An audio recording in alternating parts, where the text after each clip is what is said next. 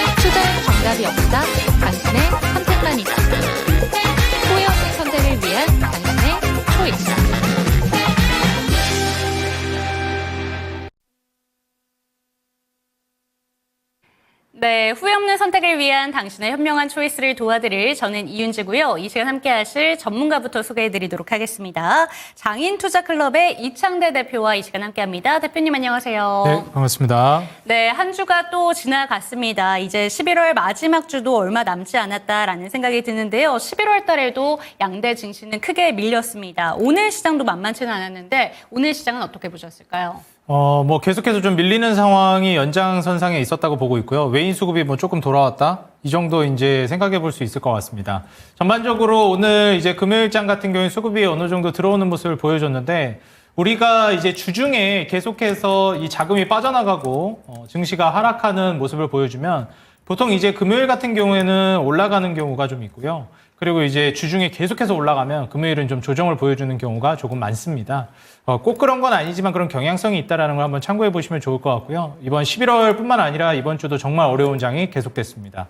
저는 이제 이 정도 조정이 나오고 있는 과정 안에서 좀 공격적인 투자를 진행하기보다는 좀 소극적으로 진행하고 현금 확보를 진행하면서 계속해서 비중 조절을 신경 써 나가는 게 중요하겠다 말씀드리면서 지금 투자할 만한 섹터는 사실 거의 정해져 있습니다. 이 방향성 자체도 거의 결정이 되어 있기 때문에 우리가 시장에 올라갈 때는 다 같이 올라가기 때문에 어디에 투자해야 될지 이 흔히 말해서 이제 선택장애에 걸리기가 좀 쉬운데 하락장에서는 오히려 좀 심플합니다. 오르는 종목들이나 섹터가 정해져 있어서 그쪽만 좀 쳐다보시는 게 좋겠고 가급적이면 대장주 위주로 보시는 게 주요하겠다 말씀드리겠습니다.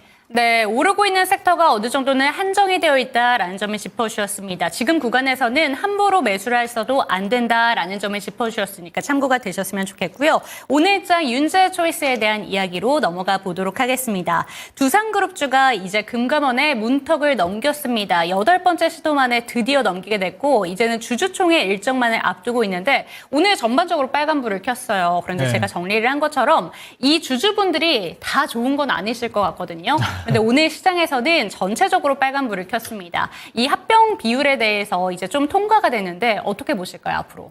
사실 이제 처음에 이 이슈가 터졌을 때 주주들 불만이 많이 나왔잖아요. 근데 그때 이제 악재는 어느 정도 다 반영이 됐다라고 저는 보고 있고요. 그리고 그 이후에는 계속해서 주주들에게 좀 유리한 쪽으로 개선이 돼 나가고 있는데 그때는 아마 이미 그 반영돼서 무너졌던 주가에서부터 차츰차츰 올라가는 양상을 보일 가능성이 높습니다. 여기서 만약에 이제 픽스가 된다고 하더라도 뭐 추가적으로 더 나쁜 이슈가 나오지 않는 이상에는 뭐 급락이 터질 만한 이슈는 이 이전 상장이라든지 지배구조 개편으로 인해서 무너지는 일은 좀 어렵지 않을까 저는 좀 생각을 하고 있고요. 왜냐하면 이미 훨씬 더 안 좋은 거를 시장은 지레 겁을 먹고 반영하면서 무너졌었거든요. 그리고 이제 두산그룹주들 방금 말씀드렸던 가장 핵심이 되는 종목들이죠. 두산에너빌리티나 두산바켓 그리고 두산로보틱스 이 세 개 기업이 결국은 이제 핵심인 거잖아요. 이 세 개 기업을 근데 하나하나 떼놓고 보면은 정말 좋은 기업들입니다. 네. 원전에서 이제 우리나라에서 탑티어 그룹을 하나 꼽아보라고 하면은 뭐 주식 입장에서 봤을 때는 G2파워나 최근엔 BHI 이런 종목들이 많이 올라갔지만 이 파급력이라든지 대장주로 본다고 하면 두산에너빌리티를 보는 게 맞겠고요. 그리고 건설기계에서 우리나라에서 1등 기업을 하나 꼽아봐라라고 하면은 두산바켓입니다. 현대그룹주들도 있지 않냐 이렇게 얘기할 수 있겠지만 사실 그렇지 않습니다. 미국에서도 워낙에 잘 나가고 있기도 하고요. 이 바켓 자체가 인지도가 굉장히 높은 브랜드예요. 미국에서도. 오. 그래서 이번에 트럼프 정권 하에서 이제 재건이라든지 인프라 관련된 사업이 굉장히 강력하게 추진될 가능성이 높습니다. 트럼프 1기 때도 이름만 달랐지 남북경협주라는 이름으로 재건이라든지 아니면은 이제 인프라 관련된 종목들이 움직였죠. 그게 이제 트럼프가 이름만 바꿔서 재정 적자를 유도하는 재정 정책을 쓰는 거거든요. 세금을 들 걷고 그 다음에 재정 지출을 늘려가지고 국가 단위에서 사업을 하는 겁니다. 정부 차원에서. 그게 거의 대부분 인프라예요. 과거에 이제 미국 살리기 위해서 경제공황을 이겨냈던 뉴딜 정책도 결국 이런 양상으로 이제 살려냈던 거거든요. 그렇기 때문에 이제 트럼프 정권에서도 지금 하려고 하는 게 결국 뭐 과거에 이제 바이든 정부 때 그린 뉴딜 이런 얘기도 꺼내지 않았습니까? 결국 이런 이제 정부 차원에서 재정을 기반으로 해서 경기를 살리기 위한 정책은 거의 대부분 인프라 정책들을 했습니다. 그래서 이번에도 사실 인프라 정책을 통해서 트럼프 정권 하에서는 관련된 산업들 수혜를 볼 수 있겠고 대표적인 게 또 이런 두산바켓 같은 건설기계 종목들이잖아요. 물론 지금 차트는 별로 좋지 않죠. 그리고 이제 HD 현대인프라코어나 현대건설기계도 물론 좋은데 기업을 뭐 주식 다 떠나서 그냥 기업 하나만 놓고 봤을 때 가장 좋은 기업을 꼽아봐라라고 하면 두산바켓을 저는 꼽아보고 싶습니다. 네. 그리고 뭐 원전은 앞서 두산에너빌리티 말씀을 드렸고 그 다음에 이제 두산로보틱스 이 로봇에서 그러면은 가장 대장주로 꼽아봐라라고 하면은 사실 두산 로보틱스랑 레인보우 로보틱스를 많이 언급하잖아요. 근데 이것도 로봇 관련된 섹터 많이 공부해 보신 분들 알겠지만 두산 로보틱스의 이제 파급력이나 입지가 조금 더 높다라고 저는 평가하고 있습니다. 그래서 각 업계에서 1등 먹는 기업들이에요. 이 세 개 기업들이 전부. 그렇기 때문에 각 이제 업종에서 1등 먹는 기업들이 사업구조 재편으로 인해서 좀 시끄러운 양상으로 가고 있을 뿐이다. 이게 이제 마무리되면 신규를 진입을 하려고 고려하고 있는 투자자들 입장에서는 이제 시끄러운 노이즈도 거의 다 없어지고 앞으로 이제 일론 머스크 시대로 가게 되면 로봇 관련된 업종들도 굉장히 좋을 텐데 두산 로보틱스 그리고 또 트럼프 정권 하에서는 두산 에너빌리티가 원전이 좋을 것이고 전통 에너지를 강조하니까 또 트럼프 정권 하에서는 인프라 재건을 이제 신경 쓸 거니까 두산밖에 좋을 것이고 우리가 다가올 미래 이 일론 머스크와 트럼프의 시너지를 노려볼 수 있을 만한 대표적인 업종의 네. 대표적인 대장주들이 모두 이 두산그룹주입니다. 그래서 이 시끄러운 노이즈, 이 지배구조 개편만 이제 일단락되고 거의 마무리 국면이잖아요, 이제. 그래서 이제부터 신규 진입을 고려하시는 분들은 적극적으로 한번 타점을 기술적으로 좀 좋은 자리에 위치해 있게 되면은 고려해 보시는 게 좋겠다 말씀드립니다. 네, 좋습니다. 가장 크게 영향을 받는 세 가지 종목에 대해서 짚어주셨습니다. 두산 바켓 같은 경우에도 건설기계 섹터에서 우리나라 1등 기업이고요. 두산 에너빌리티 원전 대장, 로보틱스 같은 경우에도 로봇주 내에서 대장 역할을 해내고 있는 종목이기 때문에 신규 매수 관점도 가능하다라고 긍정적으로 이야기를 해주셨습니다. 그런데 오늘 원전 관련된 종목들, 로봇 관련된 종목들이 이 호재성 이슈에 영향을 받은 것 같습니다. 그래서 같이 함께 움직였는데 혹시라도 오늘 원전 관련된 종목들, 로봇 관련된 종목들이 전반적으로 다 올라왔잖아요. 네. 좀 위험하다라고 볼 만한 종목이 있는지 아니면 이 종목 정말 괜찮습니다라고 볼 만한 종목이 있을까요? 저는 역시 이제 장기적으로 본다라고 하면은 원전에서는 두산 에너빌리티가 저는 탑픽으로 항상 이제 꼽고 있는 상황이고요. 이제 아마 투자자분들이 이 G2 파워 과거도 아니죠. 얼마 전에 이제 G2 파워가 순환매 돌면서 많이 주가가 올라갔습니다. 그래서 이제 G2 파워 주가를 같이 한번 보시게 되면 여전히 주가는 꽤 올라와 있는 상황이에요. 물론 그 이전에 많이 무너져가지고 올라온 게 원래 자리로 돌아왔다라고 볼 수는 있겠지만 최근 이제 10월 말에서 11월까지 한국 증시가 그다지 좋지 않았던 점을 감안해 보면은 증시를 역행할 정도로 수급이 강력하게 들어왔다라고 볼 수 있겠습니다. 그리고 최근에는 이제 BHI가 훨씬 더 강력한 모습을 네. 보여주기도 했죠. 오히려 이제 신고가를 쓰면서 오히려 G2 파워보다도 훨씬 더 강력한 모습을 보여줬어요. 지금 보시게 되면은 과거 이제 역사적 신고가 근처까지도 이제 가고 있는 상황이기 때문에 월봉상으로 봤을 때 매물대 이제 17,500원인데 이 가격대까지도 지금 돌파하는 모습을 네. 보여줬습니다. 그래서 이제 이 원전 관련된 섹터에 있어서 상당히 강력한 모멘텀이 들어오고 있다라고 보시면 되겠는데 대장주라고 하는데 어떻게 이제 두산 에너빌리티는 이렇게 안 갈 수가 있나 이런 생각을 하실 수 있어요.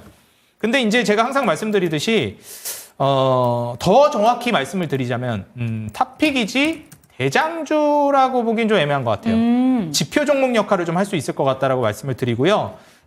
제가 이제 제약바이오 쪽에서도 지표 종목 역할을 할 수 있는 게 삼성바이오로직스나 셀트리온 뭐 이런 종목들을 대표적으로 말씀드리고 대장주는 가장 많이 올라가는 그 시장의 주인공이 대장주다. 그럼 제약바이오의 주인공은 누구였습니까? 알테오젠이죠. 그렇죠. 알테오젠이나 리가켄바이오 그리고 이제 유한양행 이런 종목들이었잖아요. 이렇게 이제 가장 파급력이 있는 종목이랑 지표 종목 역할을 하는 그 산업의 흥망성쇠를 좌지우지할 수 있을 만한 그런 종목들은 다릅니다. 다시 말해서 우리가 이제 반도체가 잘 갈지 못 갈지 지금 분위기가 좋은지 안 좋은지를 보려면 뭘 볼까요? 삼성전자나 SK하이닉스를 봅니다. 그러니까 그 업황의 전반적인 흐름을 한눈에 보기 위해서는 대표가 되는 종목을 보는데 그 이제 지표 역할을 하는 종목이다 해서 지표 종목이라고 제가 많이 말씀을 드립니다. 그래서 이 반도체에 SK하이닉스, 삼성전자가 있듯이 그리고 제약바이오엔 삼성바이오로직스, 셀트리온이 있듯이 이제 두산 에너빌리티는 그런 지표 종목 역할을 하는 종목이라고 볼 수 있겠고 그런 관점에서 이런 지표 종목을 지표 종목으로 이제 대두되는 이런 종목들이 네. 올라갈 만한 모멘텀을 우리가 보려면 무엇을 봐야 되냐면 그 업황의 장기적인 모멘텀이 앞으로 계속 좋을 것이냐를 봐야 합니다. 그렇다면 이제 이 두산 에너빌리티가 간다라고 보고 탑픽으로 꼽는 이유 중에 하나는 장기적으로 원전 사업이 매우 좋을 것으로 저는 판단하고 있어요. 일단 친환경으로 한번 넘어가다가 다시 이제 되돌리는 현상이 벌어졌죠. 이거는 뭐 바이든 정권 때부터 계속 진행이 되어 왔습니다. 트럼프 때 그냥 가속화를 탄 것뿐이에요. 왜냐하면 아직 친환경으로 완전히 넘어가기에는 무리가 있다라고 다들 판단한 겁니다. 그리고 원전을 폐기하겠다 얘기했지만 우리나라도 어땠죠? 도전했지만 안 됐죠. 다시 돌아왔죠. 친환경으로 가기 위해서는 그 중간에 징검다리가 필요하다라는 겁니다. 그게 바로 원전이고 그리고 지금 4차 산업혁명이니 얘기하면서 AI 그리고 자율주행 이런 다시 이제 산업혁명을 불러올 수 있을 만한 업종들이 부각받고 있는데 이런 것들도 다 데이터라든지 에너지를 써야 됩니다. 그 에너지를 어디서 조달하느냐? 사실 결국 전통 에너지가 가장 대표적이고 그걸 이제 감당할 수 있을 만한 것이 이제 SMR이라든지 이런 원전입니다. 그래서 최근에 이제 AI 관련된 모멘텀이 굉장히 많이 나오고 있죠. 그 AI 데이터 센터 지금 에너지가 굉장히 부족할 것이다 얘기가 나오고 있는데 소형 모듈 원자로 SMR이 그 에너지를 감당할 것이다 얘기가 나오고 있습니다. 엑스에너지라든지 이런 기업들이 미국의 유수 빅테크 기업들과 계속해서 수주를 따내고 있는 모습도 확인할 수 있죠. 그런 기업들이 같이 협업을 하면서 사업을 전개하고 있고 같이 이제 수혜를 받고 있는 곳이 어디다? 그렇죠. 두산에너빌리티입니다.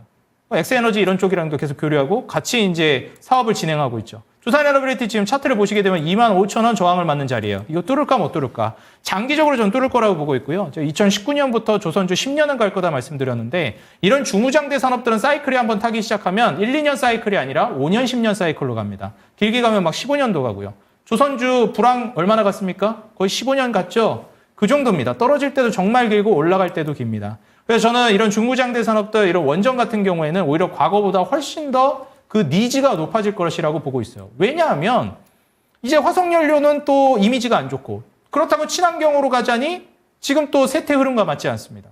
그럼 원전밖에 저는 대안이 없다라고 항상 생각하거든요. 그래서 그 과정 안에서 시대적 수혜를 볼 것이다 생각하면서 향후 10년은 이 업황에 돈이 계속 흘러들어올 거라고 보고 있기 때문에 두산에너빌리티 지금 현재 주가 대비해가지고 과연 25,000원을 뚫고 상방으로 뭐 4만 원, 5만 원 못 갈 이유가 있을까? 저는 개인적으로 생각하고 있어서 지금 당장에야 BHI나 G2파워가 워낙에 또 나쁘다는 게 아니에요. 좋기도 하고 많이 부각을 받고 있긴 하지만 무난하게 또 안정감 있게 장기적인 스탠스로 좀 보시는 분들이라면 최근 급등하는 종목도 물론 좋겠지만 저는 두산에너빌리티 한번 지금부터 좀 긴 호흡으로 주목해 보시는 게 어떨까 좀 말씀을 드리고 싶고 로봇은 두산 로보틱스나 레인보우 로보틱스를 보시고요. 그 다음에 최근에 이제 상장한 신규 상장주들 하나를 말씀드리자면 하이젠 RMLM이라는 종목이 있습니다.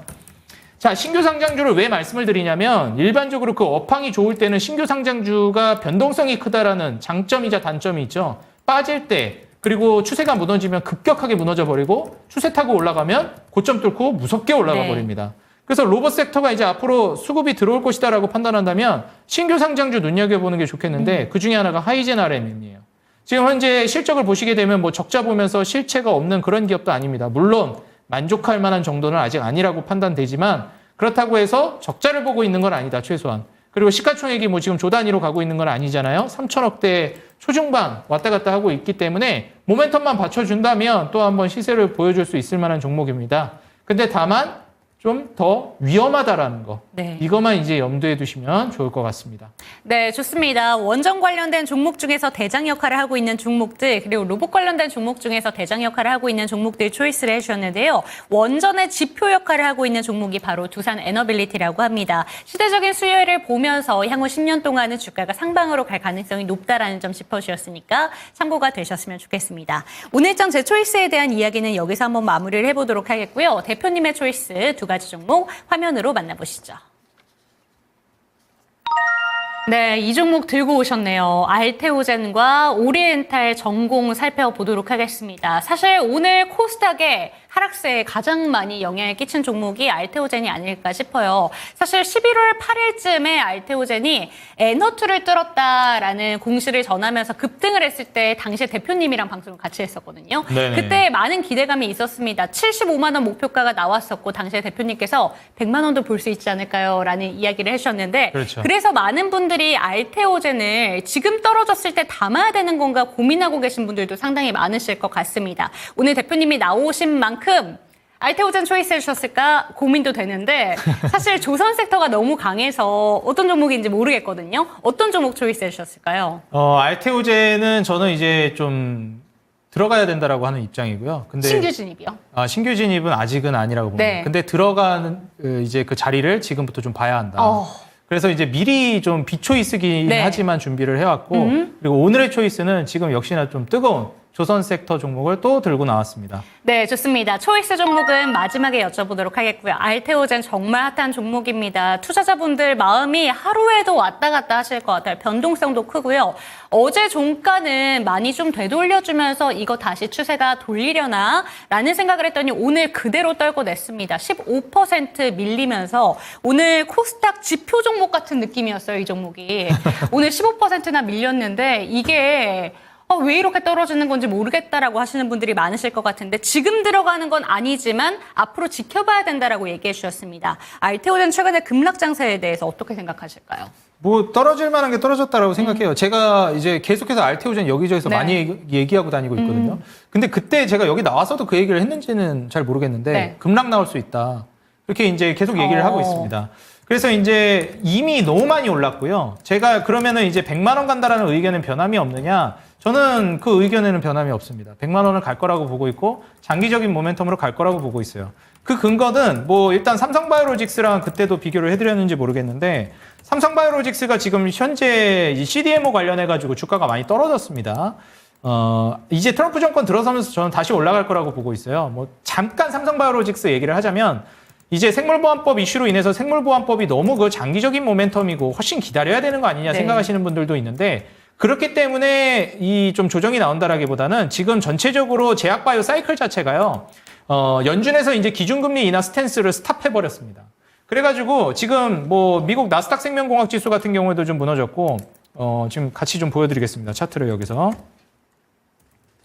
나스닥, 여기 생명공학 지수가 여기 있습니다. 이게 이제 미국의 대표되는 네. 제약바이오 지수로 좀 보는 지표인데 뭐 아시겠지만 이제 연준에서 기준금리 인하를 할 거라는 실제로 인하하기 전부터 그런 스탠스를 취하기 시작하는 말 그대로 좀 완화적인 스탠스, 언급, 비둘기적인 발언을 하면서 뭐 7월 달부터 이제 고점 뚫는 이제 상승이 나와주기도 했고 그 이후에는 박스권이 유지됐습니다. 근데 실제로 기준금리 인하하기도 했고 제약바이오 분위기 미국도 우리나라도 나쁘지 않았어요. 근데 이번에 트럼프 정권 들어서면서 아까 말씀드렸던 재정 적자를 유도하면서 정부 차원에서 이제 유동성을 확보하려고 하다 보니까 이거 그러면은 이제 연준까지 기준금리 낮춰버리면 물가 압박이 심할 것 같은데 그러니까 연준이라도 기준금리 내리던 거 멈춰야 되는 거 아닌가? 이런 얘기가 나오고 있는 거죠. 트럼프가 저렇게 유동성을 확보하면 연준은 쉬어야 될 것 같다 이런 거예요.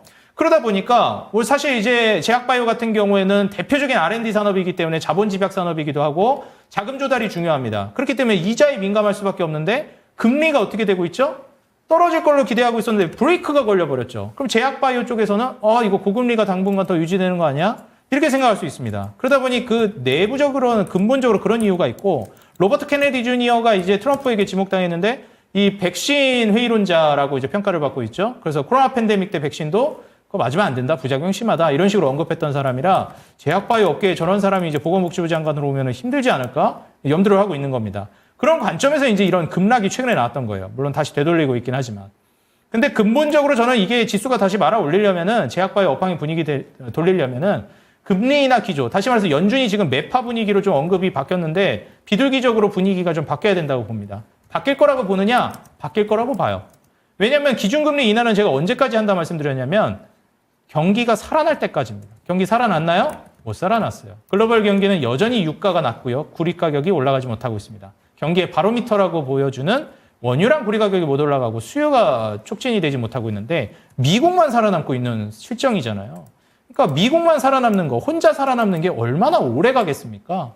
그러니까 사실 미국은 지금 중국이 따라올까봐 또 여기서 이제 성장률 뺏길까봐 이제 이런 식으로 강달러 기조로 가고 자국 우선주의로 하다가 미국 어느 정도 회복되면 아마 이제 완화 스탠스 취하고 기준금리 인하 추가로 할 거라고 저는 보고 있어요. 트럼프가 먼저 인프라 재정 정책 쓰다가 그런 관점에서 봤을 때는 지금 신규 진입이나 지금 추매를 한다? 제약바이오를 이 알테오젠뿐만이 아니라 제약바이오를 지금 신규 진입이나 추매는 시기가 아직 아니다. 네. 그럼 그 시기를 언제로 봐야 하느냐? 연준이 다시 비둘기적인 발언으로 돌아서거나 기준금리 인하를 다시 시작할 때 그때를 이제 생각하시는 게 좋을 것 같고요. 그런 관점에서 봤을 때 뭐 삼성바이오로직스는 이제 뭐 바이오시밀러 바이오에피스라든지 CDMO 사업으로 이제 올라갈 거로 보는데 삼성바이오로직스 얘기하다 여기까지 왔습니다. 어찌 됐건 간에 지금 시총이 60조 초중반 정도 됩니다. 지금 중반 정도 66조 정도 돼요. 이제 삼성바이오로직스가 영업이익이 이제 1조 정도 나오는 기업입니다. 내후년 가면은 더 올라가겠죠. 근데 이제 현재 파이프라인이라든지 그다음에 마일스톤 수령할 거를 기대하는 게 알테오젠이 현재까지 따낸 것만 하더라도 영업이익 1조를 기대하고 있단 말이에요. 그러면 이제 1조 원의 영업이익이 굉장히 좀 보수적으로 잡은 수치입니다, 사실. 이번에 ADC라든지 얼마 전에 또 다이치 상큐 그 이슈들도 있었죠. 추가적으로 이제 나중에 성장 모멘텀, 또 플랫폼 기업이기 때문에 피하 주사 제형이 과연 키트루다 하나에만 쓰이겠냐 이거예요. 키트루다가 워낙에 파급력이 있고 많이 팔리는 제품이라 좀 더 파급력이 셌던 거지. 다른 제품들에도 우후죽순 이제 플랫폼 통해서 사업 비즈니스 모델 마일스톤 수령하게 될 겁니다. 그럼 이게 1조에서 끝날 것인가? 알테오젠 시총 지금 많이 떨어져서 18조대 오늘 더 떨어져가지고 뭐 이제 10조 중반대까지 떨어졌을 텐데 삼성바이오로직스 저렇게 떨어졌는데도 60조가 넘어가요. 네. 그럼 알테오젠 물론 지금 분위기 안 좋아서 심지어 기술적으로도 얼마나 많이 올라갔습니까? 5만 원도 안 되던 주식이 40몇만 원까지 갔어요. 여기서 그대로 안 쉬고 100만 원까지 가길 바라는 게 욕심이죠, 사실. 그래서 기술적으로 제가 한 40% 크게는 50% 빠질 수 있다 말씀드렸는데 40만 원대부터 그런 얘기를 계속했습니다. 그래서 사실 20만 원에서 25만 원까지는 저는 기술적 조정이 나올 수 있다고 보고 있어요. 그래서 만약에 좀 지지를 빨리 받쳐준다 하면 저는 25만 원 선에서 지지해 줄 거라고 보고 있고요. 좀 과하게 빠진다 싶으면 한 20만 원 언저리까지 빠질 수 있다고 봅니다. 그래서 이런 관점으로 봤을 때 20만 원 내지 25만 원을 기술적으로 우리 투자자 여러분들이 열어두고 네. 요 부분에서 이제 연준의 이제 스탠스가 비둘기적으로 돌아서고 그 다음에 하나 더 여기에서 이제 투자자들 지금 외국인이 오늘은 알테오젠이 다시 돌아오더라고요. 지금 이제 제가 아까 전에 오기 전에 볼 땐 장중이어가지고 이거 신뢰할 수 있나? 장 마감할 때까지 봐야 될 것 같은데 생각했는데 장 마감했는데 이제 외인이 돌아왔어요. 근데 그 전까지는 외인이 계속해서 팔았습니다. 물론 매도한 거 비해서는 소폭 들어온 거지만 그래도 돌아서기 시작했다라는 거. 근데 이 돌아선 게 지속적으로 유입이 돼야 된다라는 겁니다. 그래서 외인 수급이 떠났는데 다시 돌아오고 그게 계속 유지되면서 주가를 밀어 올려야 돼요. 근데 오늘 외인 들어오긴 했지만 무너졌죠. 최근에 이제 외인들이 주가가 무너지는 와중에 쓸어 담은 제약바이오가 몇 개 있습니다. 그게 바로 리가켄바이오, ABL바이오, 에이프릴바이오예요. 다 공통점이 뭔가요? 플랫폼 기업들이에요. 그래서 지금 현재 상황에서 놓고 봤을 때 알테오젠도 뭐죠? 플랫폼 기업이죠. 그래서 이런 관점으로 보면 외인들이 아마 많이 빠지면 또 담을 가능성이 높다. 이런 기업들은. 다른 제약바이오는 몰라도.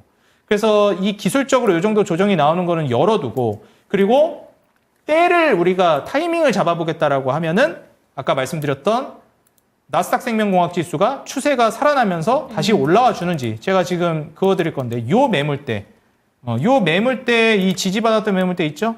요 매물대 위로 지수가 올라오고 연준의 스탠스도 다시 비둘기적으로 돌아서고 외인도 돌아오고 그러면서 이제 알테오젠 주가가 20만 원 내지 25만 원에서 바닥 잡고 반등하기 시작한다 그러면은 추매 내지 신규 진입을 고려해봐도 좋은 자리다. 사실 제가 이런 말씀을 마지막으로 드리고 싶은데요. 제가 항상 우리 투자자 여러분들에게 손절이라든지 추매라든지 이런 조언을 구하실 때 제가 드리는 말씀이 있는데요.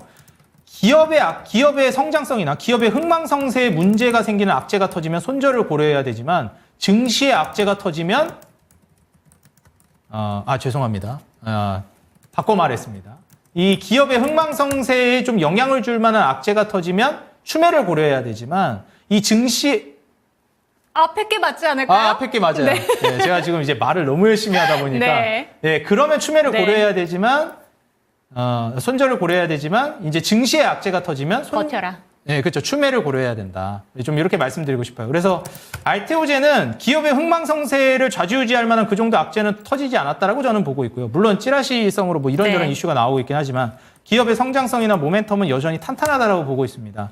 그리고 마일스톤도 역시 탄탄하다고 보고 있고요. 그런 관점에서 봤을 때는 기업은 크게 문제가 없는데 증시라든지 업황 그리고 파월의 이제 연준 의장의 거시적인 문제들 때문에 이제 빠졌다고 생각하거든요. 그렇기 때문에 이제 타이밍이라든지 돌아서는 움직임만 나와주고 때가 온다라고 했을 때는 추매나 신규 진입을 고려해 보시는 게 좋겠다. 장기적으로 지금 현재 시가총액이 다시 또 10조 중반대까지 떨어진 상황인데 30조 내지 40조, 50조는 충분히 내다볼 수 있다라고 평가하고 있고요. 삼성바이오로직스가 이렇게 떨어졌어도 60조 중반대입니다. 삼성바이오로직스 근처까지는 가야 하지 않나 이렇게 좀 조언드리고 싶습니다. 네, 좋습니다. 피터 린치의 명언을 한번 덧대볼게요. 투자의 성공 여부는 얼마의 기간 동안 세상의 비관론을 무시할 수 있는지에 달렸다라는 점을 다시 한번 알려드리도록 하겠습니다. 기업의 흥망성쇠에 문제가 생길 만한 부분이 아니라면 버티시고 오히려 추가 매수하는 관점이 옳다라는 점 짚어주셨으니까 알테오젠도 지금 현재 구간에서는 좀 오랜 기다림이 있을 수 있습니다. 하지만 좀 돌아올 수 있는 종목이다라는 점 긍정적으로 봐주셨으니까요. 지금의 흔들림 버티시는 저희 시청자 여러분들이 되셨으면 좋겠고요. 그럼 초이스 종목으로 넘어가 보도록 하겠습니다. 오리엔탈 전공입니다. 조선 기자재 섹터가 오늘도 정말 강한 흐름 보여줬어요. 조선 종목들도 오늘 강했었는데 그중에서도 오리엔탈 전공을 보시는 이유가 있으실까요? 솔직히 이제 타점으로 봤을 때는 지금 아직 돌파 안 나온 완성조선 업체들을 들고 올까도 고민했거든요. 근데 완성조선 업체는 제가 여기서 워낙에 얘기를 많이 해놨었어가지고 이제는 기자재도 하나는 좀 드려야 되겠다. 오르고 나서 가져와서 조금 그렇기는 한데요. 하나도 안 드렸었어가지고 그래가지고 좀 들고 왔습니다. 지금 타점으로 봤을 때는 제가 과거에 이제 많이 언급드렸었던 대장주 HD 한국조선해양이나 HD 현대중공업 이런 종목들이 좀 많이 올라갈 거라고 보고 있어요. 왜냐면 지금 안 가고 있거든요. 네. 그럼 이 종목들이 안 갔기 때문에 그 온기가 이제 하위라 그러면 그렇고 이제 부품 업체들 그리고 같이 이제 동반 수혜를 받는 낙수 효과를 받는 종목들, 기자재 종목들로 내려온 거라고 보시면 됩니다. 이런 식으로 완성 조선 업체들, 한국조선해양이나 현대중공업들이 쭉 올라가다가 쉬어갈 때 영원히 올라갈 수 없잖아요. 좀 알테오젠도 가다가 이렇게 잘 가다 떨어지잖아요. 그러니까 쉬어가는 구간이 나올 때 밑으로 온기가 확산되면서 낙수 효과를 받는 게 기자재인데 그 기자재가 이제 다 올라가고 있는 거라고 보시면 돼요. 근데 기자재는 정말 오랫동안 안 가다가 이제 간 거거든요. 그래서 이제 기자재는 지금 봐도 물론 올라가서 들여서 좀 그렇긴 한데 떨어진다 해도 다시 갈 거라고 봅니다. 지금 차트 보시게 되면 오리엔탈 전공이 지금 이제 막 매물대 뚫은 자리예요. 고점 대비해가지고 쫙 무너지고 있었던 종목입니다. 그리고 이제 쌍바닥 찍고 저는 쌍바닥이라는 표현을 별로 좋아하지는 않는데요. 네. 짝꿍댕이 패턴이라고 많이 얘기해요. 상승바닥이라고 하거나. 왜냐하면 이 쌍바닥이를 보통 얘기할 때 이렇게 바닥을 두 개를 얘기하고 제가 여기 이제 엉덩이 꼴이라고 표현하거든요. 여기를 이제 뚫는 게 중요하다 얘기를 해요. 근데 이 오른쪽 궁뎅이가 더 들려 있어야 됩니다. 이게 뭘 의미하냐면은 이 더 바닥으로 내려오기 전에 매수세가 더 강해지고 있다는 뜻이에요. 그러니까 여기까지 떨어질 때까지 사람들이 못 기다린다는 거죠. 네. 왜냐면 종목이 좋으니까. 그러니까 더 높은 데서도 기꺼이 사버리는 겁니다. 그리고 나서 이제 중요한 게 뭐냐면 이때 그 이전 바닥을 형성하고 반등 줬던 요 구간을 돌파하는 구간이 나오면 여길 매수 타점이라고 불러요. 거기 매수 타점인데 거기 찍었으면 오리엔탈 전공 무너졌는데요. 이게 이제 속임수 패턴이 나온 거예요. 그러니까 이런 종목들은 더 좋아합니다. 네. 제가 한번 왜냐면 흔히 얘기해서 털었다고 표현하죠. 여기서 와 이제 쌍바닥 찍고 이제 여기서 사야지 딱 산 사람들 이제 된통 이제 여기서 또 어떻게 보면 좀 인내의 시간을 견디거나 혹은 인내심이 짧은 분들은 매도를 하시죠. 매도를 하거나 그렇게 되면 진짜 파동으로 이제 밀어 올려 버립니다. 그러면 그때 매도했는데 이렇게 돼 버리네. 그럼 이때 매도 안 할 수 있는 이렇게 떨어질 때 매도 안 할 수 있는 그 근거는 어디서 찾아야 되느냐? 업황과 재무에서 찾아야죠. 그러니까 테마 매매, 이슈 매매만 하시면은 이런 속임수 파동에서 그냥 밀려나 버리는 거예요. 네. 이탈돼 버리는 거예요. 흔히 우리가 탈탈 이제 먼지 턴다 그러는데 그때 털리는 겁니다. 이제 보시게 되면 오리엔탈 전공 어떻죠? 이렇게 두 자릿수로 이익이 줄어들었다가 올해부터 이제 이익 캐파가 세 자릿수로 퀀텀 점프를 해버려요. 그냥 100억 단위가 아니라 200억 후반대로 뛰어버립니다. 그리고 이제 매출도 이제 2천억대로 올라버리고 2,200억, 2,400억대 영업이익, 순이익 다 늘어나고 있고요. 그리고 여기에서 이제 마진율도 한 자릿수였는데 두 자릿수로 증가되죠. 내후년에 이제 17%대, 16%대로 영업이익률, 순이익률이 올라가요. 다시 말해서 수요를 기반으로 해서 가격이 올라가고 매출이 증가하기 때문에 마진율까지 올라가고 있는 겁니다. 하나를 팔아도 더 많이 남겨먹는 구조로 간다는 거예요. 여기서 이제 우리가 봐야 될 건 뭐냐? 오리엔탈 전공은 그럼 재무가 왜 이렇게 좋아진다는 거야? 재무 컨센서스도 그거 못 믿는다. 이런 분들 있잖아요. 그쵸? 어떻게 다 믿겠습니까? 미래 일이 어떻게 될지 모르는데. 근데 왜 이런 전망을 내놓는지 정도는 우리가 판단을 해야죠. 왜 이런 전망을 내놓느냐? 오리엔탈 전공 같은 경우는 지금 수주뿐만 아니라 매출이 같이 증가하고 있고요. 수주가 내년, 내후년 일감까지 다 따낸 상황이에요. 근데 중요한 게 올해 정도 수준으로 내년, 내후년 일감을 따낸 게 아니라 올해보다 더 많은 매출이 발생하는 수주를 내년에 확보했고요. 그 내년보다 더 많은 매출을 발생시킬 수주를 내후년 것까지 확보를 한 거예요. 그러니까 성장까지 확보를 한 거예요. 그럼 이걸 토대로 봤을 때 당연히 마진율이 올라갈 수밖에 없죠. 그럼 왜 이렇게 수주를 많이 따냈냐? 삼성중공업 향수혜를 받은 겁니다. 조선의 HD 현대랑 구남으로 치면 하나오션이 대장 아닌가? 삼성중공업은 좀 하위 아닌가? 생각하실 수 있는데 삼성중공업이 트럼프 정권에서도 이제 수혜를 받는 모멘텀이 있습니다. 그게 뭐냐? 해양 플랜트 사업이에요. 이제 트럼프 정권 들어서면서 전통 에너지가 각광을 받을 것으로 부각이 되고 있습니다. 전통 에너지라는 게 뭐죠? 그렇죠. 해양 플랜트 통해서 시추하고 퍼내야 됩니다, 여러분들. 태양광으로 이렇게 쬐서 풍력으로 쬐서 되는 게 아니란 말이죠. 그렇기 때문에 해양 플랜트 사업을 진행하고 있는 삼성중공업이 사실 전 세계적으로 가장 높은 점유율, 가장 높은 사업 수주를 따내고 있습니다. 전 세계적으로 굵직굵직한 게 7개인데 그중에 5개가 삼성중공업으로 제가 알고 있어요. 그러니까 이 엄청난 이제 점유율 기반으로 해서 트럼프 정권에서 조선주 제가 말씀드렸듯이 우선순위가 있을 뿐 다 갈 것이다 말씀드렸습니다. 모든 종목이 간다는 게 아니라 그 빅 4, 5 종목들 있잖아요. HD 현대그룹이랑 하나그룹이랑 삼성 여기는 갈 것이다. 뭐 대우조선해양은 이제 현대 쪽으로 갔으니까 이제는 3 기업으로 봐야겠죠. 3대 기업으로. 그런 관점에서 봤을 때 이제 삼성중공업 수혜를 받는다는 거예요. 삼성중공업 향 매출이 오리엔탈 종목이 굉장히 많고 여기에 이제 데크하우스 수주장구를 기반으로 해서 성장하고 있습니다. 그 데크하우스라는 게 뭐야? 갑판 그 안에 하우스, 머무를 수 있는 공간입니다. 그래서 5,000원 신고가 매물대가 있기 때문에 저항을 맞을 수는 있다고 봅니다. 그래서 여기 저항 맞고 떨어질 수도 있는데 저항 맞고 떨어지면 뭐 크게 겁먹지 마시고 뭐 조정 이용해가지고 살짝 좀 노려보신 매수 관점으로 노려보는 게 어떨까 싶고요. 조금 이렇게 올라가기 전에 말씀드렸어야 되는데 그거는 좀 아쉬운데 살짝 담았다가 그냥 날아가 버리면 아깝잖아요. 네. 살짝만 담고 조정 나오면 그때부터 본격적으로 담아보시면 좋을 것 같아요. 만약에 뭐 살짝 담았는데 날아가면 뭐 빨리 수익 나니까 좋은 거죠. 조정 나오면 더 담을 수 있으니까 좋은 거고. 뭐로 가도 서울만 가면 된다. 가긴 갈 거라고 보고 있습니다.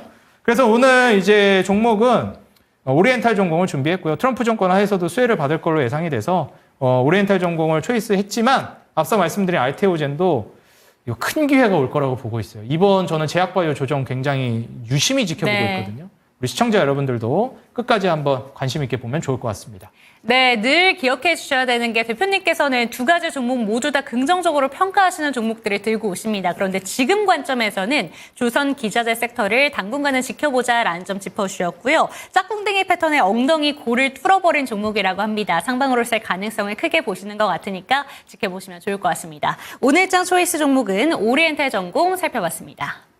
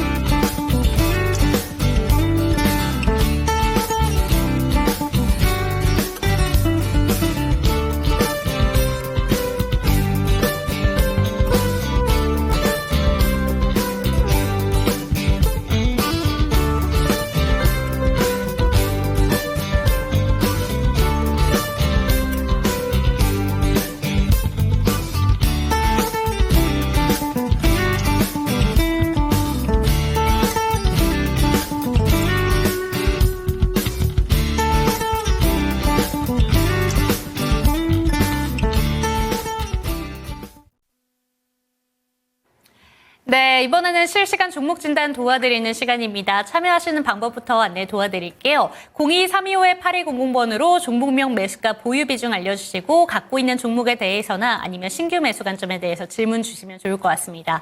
전화 상담이 힘드시다면 유튜브 채팅창 열어둘 테니까요. 많은 참여 부탁드리겠습니다. 네, 첫 번째 종목입니다. 오늘 저희가 원자력 섹터에 대해서도 한번 이야기를 나눠봤는데 수익내자 제발님의 종목입니다. S&T 에너지 한번 살펴보도록 할 거고요. 오늘 52주 신고가를 경신한 종목이기도 합니다. 18,270원에 15% 들고 계신데 언제 팔아야 될지 궁금하신 것 같습니다. 어떻게 보실까요? 와, 이거 S&T 에너지 이거 추세 좋아가지고 네. 저도 이제 많이 보고 있었는데 저는 S&T 모티브를 좀 더 주목해서 보고 있긴 네. 했었거든요. 근데 이제 S&T 그룹주가 정말 잘 가더라고요. 그래서 이제 지금 현재 상황에서는 저는 기술적으로 보더라도 매도할 이유는 없다라고 보여지고요. 지금 현재 S&T 에너지가 과거 이제 매물대로 자리 잡았던 부분, 다시 말해서 매물대 돌파가 나온 자리가 이제 16,000원입니다. 그래서 실제로 트레이딩 하시는 분들이나 추세 매매, 돌파 매매 하시는 분들은 이 16,000원을 뚫는 걸 확인하고 이런 자리에서 들어가세요, 보통. 근데 이제 만약에 조정이 나온다라고 하면 16,000원 정도까지 조정이 나올 수 있겠죠? 그래서 16,000원이 깨지면은 저는 다 매도해야 된다라고 생각하고요. 만약에 내가 좀 거기까지 가는 거는 좀 그렇다라고 하시면은 지금 올라갈 때 차근차근 매도하시면서 잔량으로 16,000원을 지지하는지 보고 추가 급등까지 노려보시는 게 좋겠다 말씀드리면서 S&T 에너지 같이 이렇게 신고가 뚫으면서 날아가기 시작한 종목은 이제부터 어디까지 갈까 이거를 예측하는 거는 네. 사실 좀 어려워요. 이제 그때그때 대응이 중요하거든요. 네. 그래서 그거는 이제 투자 성향에 맞게 조절하시는 게 좋을 것 같고요. 이미 이 16,000원을 돌파한 시점에서는 아마 16,000원 지지를 해줄 가능성이 높아요. 그리고 기업을 잠깐 이제 보도록 할게요. 역시 이제 실적 자체는 굉장히 좋더라고요. 모티브도 그렇고. 그래서 S&T 같은 경우에, S&T 에너지 같은 경우에는 전반적으로 매출, 영업이익, 순이익이 우상향하는 패턴을 그리고 있고, 그리고 마진율 자체도 이제 내후년에 두 자릿수가 기대되고 있습니다. 거기다가 뭐 고평가도 아니에요. 이제 뭐 8배, 7배 수준으로 PER 낮아지고 PBR도 1.0 아래로 떨어질 걸로 기대됩니다. 그래서 저평가에다가 매출, 영업이익, 순이익 성장되고 마진율까지 올라간다? 금상첨화죠. 이런 기업 찾기 쉽지 않습니다. 근데 이제 거기에 해당돼서 이제 S&T 에너지는 올라가기 시작했고, 여기에서부터는 앞서 말씀드렸듯이 추세 따라서 계속 이제 홀딩해가지고 가져가되, 이제 일정 물량은 올라갈 때 차근차근 분할 매도하고 남은 물량, 잔량으로 6만 원 지지를 16,000원 지지를 확인하시면서 이탈하지 않으면 좀 더 추가 급등까지 노리면서 욕심을 내보시는 게 좋겠다. 16,000원 이탈하면 전량 매도하시는 게 좋겠다. 이렇게 말씀드리겠습니다. 네, 좋습니다. 대응이 필요한 자리다. 신고가를 뚫고 있는 종목이기 때문에 목표가를 섣부르게 잡는 게 어렵다라는 점 짚어주셨고요. 16,000원 깨지면 전량 매도 의견이라는 점 손절가만 잘 지키시면 좋을 것 같습니다. 다음 종목 넘어가 보도록 하겠습니다. 장근희님의 종목이고요. 마음 AI 한번 살펴보도록 할게요. 14,500원이라서 평단가가 상당히 괜찮은 평단가 들고 계신데 오늘 급등이 나왔는데도 손실은 보고 계십니다. 10% 비중 들고 계시고요. 그동안 마음 AI가 참 투자자분들의 마음을 아프게 했었던 종목이었거든요. 다시 한번 반등이 세게 나올 수 있는 종목인지 어떻게 보실까요? 마음 AI는 이제 한번 움직이면 나올 것 같아요. 테마가 계속 이제 솔직히 식지는 않고 있거든요. 네. AI 관련해서도 그렇고요. 그래서 이제 사실 뒷파동이라 제가 좀 선호하는 그런 이제 스타일은 아니긴 하지만 그래도 희망을 놓지 않을 법한 자리기는 하다. 왜냐면은 매수가가 너무 높진 않으시더라고요. 그래서 이제 10,000원 지지 라인을 이탈하게 되면 저는 손절을 해야 된다고 보는 입장이고요. 네. 상장한 지 얼마 안 된 기업인데 신저가를 쓰는 거예요. 10,000원을 깨게 되면은. 과거에 이제 저점 찍었던 구간이 10,000원이기 때문에 여기 부근에서 지금 지지를 확인시켜 준 거예요. 여기를 이탈해 버리게 되면은 완전히 이제 차트가 무너지면서 떨어질 수 있거든요. 그래서 10,000원을 최종적인 손절가 라인으로 최후의 보루로 보시고요. 만약에 이제 그러지 않는다라고 하면 흐름상으로 이제 20,000원 근처까지 상방 모멘텀을 좀 열어둘 수 있다라고 보여집니다. 좀 더 낮은 구간부터 이제 차근차근 분할 매도를 원한다라고 하면 18,000원 근처부터 이제 좀 살펴보시는 게 좋겠어요. 그리고 이제 기업을 보시게 되면은 제가 이제 별로 그렇게 좋아하진 않는 향후 이제 내년 내후년까지도 이익은 적자 전망입니다. 네. 여기서 추가적인 모멘텀이 발생해서 개선의 여지가 없다라고 하면은 좀 역시 테마로만 계속 움직일 수 있기 때문에 지금 시총도 낮고요. 1,000억이 안 됩니다. 이런 점을 좀 감안해 봤을 때는 10,000원을 이탈하면은 괜히 희망 가지지 말고 칼같이 자르고 괜찮은 종목으로 갈아타고 이탈하지 않으면은 또 이런 종목들이 탄력적일 때는 굉장히 탄력적이에요. 몸집도 가벼워서. 18,000 내지 2만 원 정도 가격대까지 노려보시는 게 좋다 말씀을 드리는데 이런 종목은 비중을 높게 들어가는 게 아닙니다. 네. 그러니까 종목 기업이 잘못됐다? 뭐 그런 식으로 평가하는 게 아니라요. 리스크를 크게 지는 종목은 수익률로 승부를 보는 거지 금액으로 승부를 보는 게 아니에요. 그래서 이런 거는 애초에 수익률을 작게 목표를 잡아서도 안 되는 종목이에요. 애초에. 그럴 거면 이런 종목을 가져가면 안 되는 거예요. 수익률을 적게 잡을 거면 우량주를 봐야지 이런 마음 AI 같은 종목을 보는 게 아니거든요. 그래서 이런 종목은 소액으로 고수익률을 애초에 노리고 가셔야 됩니다. 그래서 그런 관점으로 금액이 만약에 비중이 내 생각보다 높다라고 판단되시면 비중은 그냥 줄이시라고 말씀드리고 싶어요. 지금이라도. 애초에 그건 투자 관점이 조금 어긋났다라고 저는 보고 있기 때문에 그렇게 조언을 드리도록 하겠습니다. 네, 좋습니다. 마음 AI까지 살펴봤습니다. 비중 10% 보유하고 계시기 때문에 18,000원 이상까지도 바라보시는 거 참고하셨으면 좋겠고요. 다음 종목은 오늘 조선기자재 종목 오리엔탈 전공 살펴봤는데 우상영님의 종목은 현대힘스입니다. 15,050원에 비중 7%인데요. 이 종목은 어떻게 보실까요? 아, 현대힘스 이거. 네. 제가 예전에 한번 이거 물어본 분이 있었는데 완전히 무너지고 있을 때 이게 요청이 왔었어요. 네네네. 그래서 이거 현대힘스 뭐 제 방송 계속 막 여기저기 나오는 거 보시는 분도 알겠지만 이게 제가 이제 그거 봐드렸을 때가 이때쯤인가 그랬거든요. 야, 이거는 못 버티기. 이거는 올라갈 같은데요? 수 있겠는데 네. 아, 굳이 이걸 해야 될까? 좀 종목 교체하는 게 낫지 않을까? 현대힘스 말고 다른 쪽으로 보시는 게 어떨까? 이런 식으로 조언을 드렸었거든요.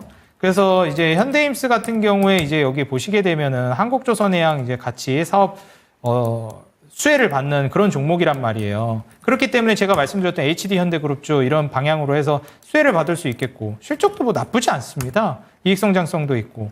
그런데 아, 이게 무너진 게 너무 그래가지고 그런데 다른 조선 기자재 섹터 같은 경우에는 차트가 그래도 내려갔다가 다시 반등하는 차트가 대부분인데 현대힘스는 같은 섹터인데 왜 이렇게 차트 흐름이 다를까요? 그러니까 이제 현대힘스는 신규 상장주라는 그런 게 있죠. 제가 아까도 말씀드렸듯이 양날의 검이에요.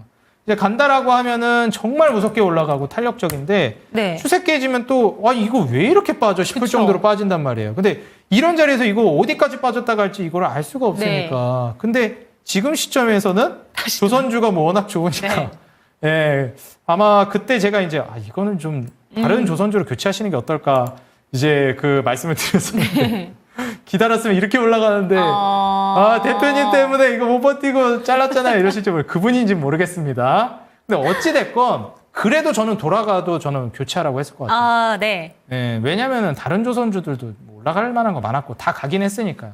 어찌 됐건 다시 이제 돌아와서 말씀을 드리자면 지금 시점에서 그럼 이거 어떡하냐? 지금 시점에서 매도할 필요 없다고 보여집니다. 그래서 지금 이제 지지라인이 보시게 되면은 요 구간이 이제 지지라인, 하단 그쵸, 지지라인이거든요. 매물대. 그래서 이게 무너지면서 여기 저항 맞고 완전 깨졌던 거예요. 근데 이걸 다시 회복시키면서 올리고 지금 그 구간에서 지지받고 있는 거거든요. 그래서 여기 이탈 안 하면 굳이 여기 가격대가 지금 얼마냐? 13,500원 정도 돼요. 13,500원 이탈 안 하면 굳이 뭐 매도 안 하셔도 될 것 같고 13,500원 지지라인 확인하시면서 다시 이제 전고점 라인 18,000원 이제 돌파까지도 노려보시면 어떨까 말씀을 드리도록 하겠습니다. 네, 마지막 종목까지 빠르게 한번 넘겨보도록 하겠습니다. 저희 채팅창에 두 분이 같은 종목에 대해서 질문을 주셨는데 루닛 살펴보도록 하겠습니다. 지금 한 분은 평단가가 64,000원대, 한 분은 평단가가 57,000원대 들고 계신데 이 종목 그냥 통틀어서 여쭤볼게요. 어떻게 하는 게 좋을까요? 들고 계신 분들이라면. 이게 루닛이 지금 시총이 너무 높아요. 1조 5천억인데 이게 지금 이익이 나고 있는 상황은 아니거든요, 사실. 지금 적자 보고 있는 상황인데 1조 5천억. 저는 과하다고 봐요. 솔직히 너무 프리미엄을 많이 부과했어요. 물론 기업이 안 좋다는 건 아니에요. 기업은 좋죠. 근데 프리미엄을 너무 많이 부과했다. 저는 그렇게 보고 있고요. 뭐 외인들도 이제 오늘부터 들어오기 시작했고 최근에 이제 기관 수급도 많이 들어왔는데 이 부분은 좀 생각을 해보셔야 될 것 같다. 만약에 이 주식이 계속 올라가고 있는 주식이면은 저는 괜찮다라고 말씀드렸을 것 같거든요. 근데 이 프리미엄 부여하는 구간이 끝났어요. 보통 이렇게 프리미엄 부여하고 끝난 구간, 말 그대로 이제 광기가 끝나고 무너졌을 때부터는 이제부터 이 종목은 성장주로 보면 안 돼요. 가치주로 판단해야 돼요. 제가 2차 전지도 말씀드렸는데 성장주 모멘텀으로 보시려면은 그 파동이 진행이 되고 있을 때 성장주라고 얘기하는 거지 파동이 1차적으로 끝났는데 그걸 성장주로 보시면 안 됩니다. 그 다음 파동 올라가는 걸 보시려면 가치주 관점으로 보셔야 돼요. 그 다음부터는. 근데 지금 루닛은 한 차례 파동 쏘고 무너졌죠. 그리고 다시 올라오는 건데 이게 뒷파동이잖아요. 이런 게.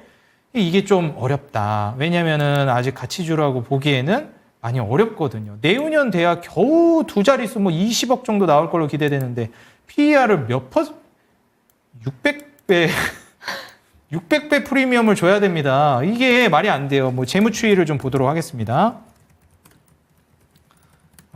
일단 추정치를 보게 되면 27년도 거는 안 나왔네요. 27년도 추정치도 없습니다. 그러면 이제 뭐 26년도 추정치 보는 건데 24억. 아, 글쎄요. 프리미엄을 뭐 진짜 10년치를 끌어다 쓰고 이런 거 아닌 이상에는 좀 저는 과하다고 봐서 지금 반등이 나오긴 했는데 이게 수익이 안 난다, 주가가 안 올라간다 이런 개념이 아니에요. 난이도가 높아요. 이런 자리는. 그러니까 초보자분들이 가급적 안 했으면 좋겠어요. 이런 뒷파동, 성장주 뒷파동은 안 했으면 좋겠습니다. 가치주 관점까지 떨어지면 모르겠는데 그 정도는 아니잖아요. 얘가 만약에 시총이 제가 지금 2천억이라고 보면은 괜찮게 얘기했을 것 같은데 1조 5천억대예요. 아직도. 그러니까 이거는 적당한 선에서 이제 수익이 나면 좀 매도하고 나오는 게 좋을 것 같고요. 저는 이제 이 5만 원 가격이 깨지면 완전히 다시 손절하시는 게 중요할 것 같고 1차적으로 이제 6만 원 중반, 6만 5천 내지 7만 원을 1차적으로 좀 매도 구간으로 삼아보는 게 좋을 것 같다 조언 드리겠습니다. 네, 마지막 종목 루닛까지 종목 상담 도와주셨습니다. 혹시라도 짧게 다음 주 전략 제시해 주실 수 있으실까요? 네, 다음 주 전략 같은 경우에는 저는 일단 중요한 게 지금 현재로서는 국내 장을 증시 자금이 떠나고 있습니다. 이거는 부정할 수 없는 사실이고 오늘 외인들 들어오긴 했는데 전체적으로 흐름을 봤을 땐 떠나고 있는 게 맞다. 예탁금이나 신용잔고가 다 빠지고 있다. 긍정적으로 볼 거는 신용 물량이 이제 단촐해졌기 때문에 추후에 올라갈 때 파급력 있게 올라갈 수 있겠다는 거고요. 지금 안전자산들이 치솟고 있습니다. 잠깐 차트를 볼까요? 좀 길게 하는 건가? 너무 긴가요? 그래서 이제 안전자산들 지금 전반적으로 우리 투자자 여러분들이 봤을 때 치솟고 있다. 시장을 글로벌적으로 불안하게 보고 있는 겁니다. 그리고 불경기라는 걸 증명하는 게 구리 원유 가격이 못 올라가고 있어요. 그리고 현재 시장은 승자 독식 시장이기 때문에 그런 과정 안에서 살아남는 업종만 보시자 조언 드리겠습니다. 네, 좋습니다. 종목에 대한 상승과 하락은 보장하지 않는다는 점 기억해 주시고요. 다음 주 전략까지 제시해 주셨으니까 내용들 참고가 되셨으면 좋겠습니다. 주말은 푹 쉬시고 다음 주 월요일에 뵙겠습니다. 시청해 주신 여러분 감사합니다.